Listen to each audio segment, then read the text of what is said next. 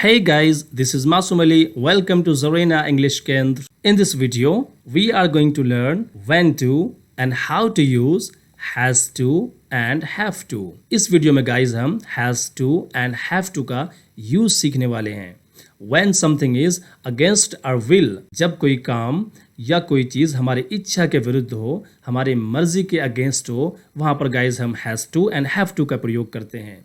हिंदी में गाइज आप इसकी पहचान पढ़ता है, पढ़ती है, पढ़ते हैं, पढ़ा या फिर पढ़ेगा इन शब्दों से कर सकते हैं. जिन वाक्यों के अंत में इन शब्दों का यूज़ किया गया हो उसको इंग्लिश में एक्सप्रेस करने के लिए आप has to and have to का यूज़ करेंगे. आइए गाइज एक बार हम इसका स्ट्रक्चर देख लेते हैं. सबसे पहले गाइज हम यहाँ पे सब्जेक्ट का यूज़ करते हैं.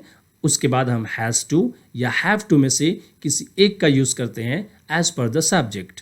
देन हम वर्ब की फर्स्ट फॉर्म का यूज़ करते हैं. देन ऑब्जेक्ट का यूज़ करते हैं. आपको has to and have to का डिफरेंस जानना बहुत ज़रूरी है.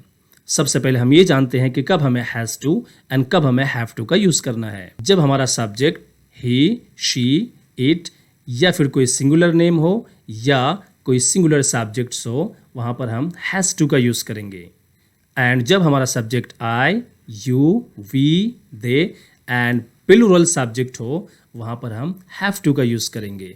गाइज बहुत ही आसान एंड ईजी है, बस आपको इसकी प्रैक्टिस करने की ज़रूरत है. एंड आपको has to and have to कब यूज़ करना है इसका खास ध्यान रखना. आइए हम कुछ एग्जांपल्स देखते हैं. हर दिन हमें अपने कपड़े धोने पड़ते हैं. इट मीन्स यह आपके मर्जी के विरुद्ध है. आप कपड़े धोना नहीं चाहते हैं बट यू हैव टू, लेकिन आपको धोना पड़ता है. हर दिन हमें अपने कपड़े धोने पड़ते हैं. We have to wash our clothes every day. यहाँ पे गाइज वी हमारा एक प्लूरल सब्जेक्ट है, इसलिए हमने यहाँ पे हैव टू का यूज़ किया है. एंड वॉश हमारा वर्ब की फर्स्ट फॉर्म है. मुझे रोज़ाना सुबह 4 बजे तक उठना पड़ता है.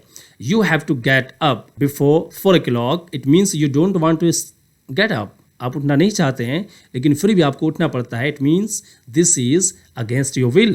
आई have to get up by 4 o'clock every day in the morning. यहाँ पे गाइज आई हमारा सब्जेक्ट है एंड हैव हमने यहाँ पे आई की वजह से यूज़ किया है. एंड गेट अप हमारा यहाँ पे वर्ब की फर्स्ट फॉर्म है. बाय 4 o'clock का मतलब होता है गाइस 4 बजे तक. मेरी माँ को मेरे लिए सुबह सवेरे लंच बनाना पड़ता है. My mom has to prepare lunch for me early in the morning.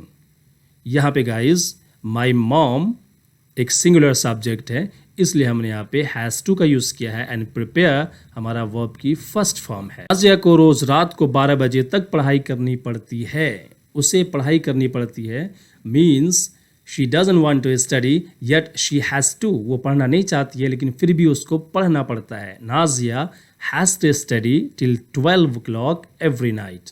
यहाँ पे गाइस नाज़िया एक सिंगुलर सब्जेक्ट है, इसलिए हमने यहाँ पे हैज़ टू का यूज़ किया है. एंड स्टडी हमारा वर्ब की फर्स्ट फॉर्म है. हमें अपने ऑफिस जाने के लिए 20 किलोमीटर की यात्रा करनी पड़ती है. We have to travel 20 kilometres to reach our office.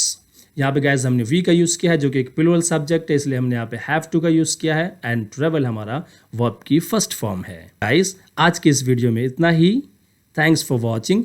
If you like this video, please share and subscribe. Let's meet you in the next video. Till then, God bless you. Bye-bye.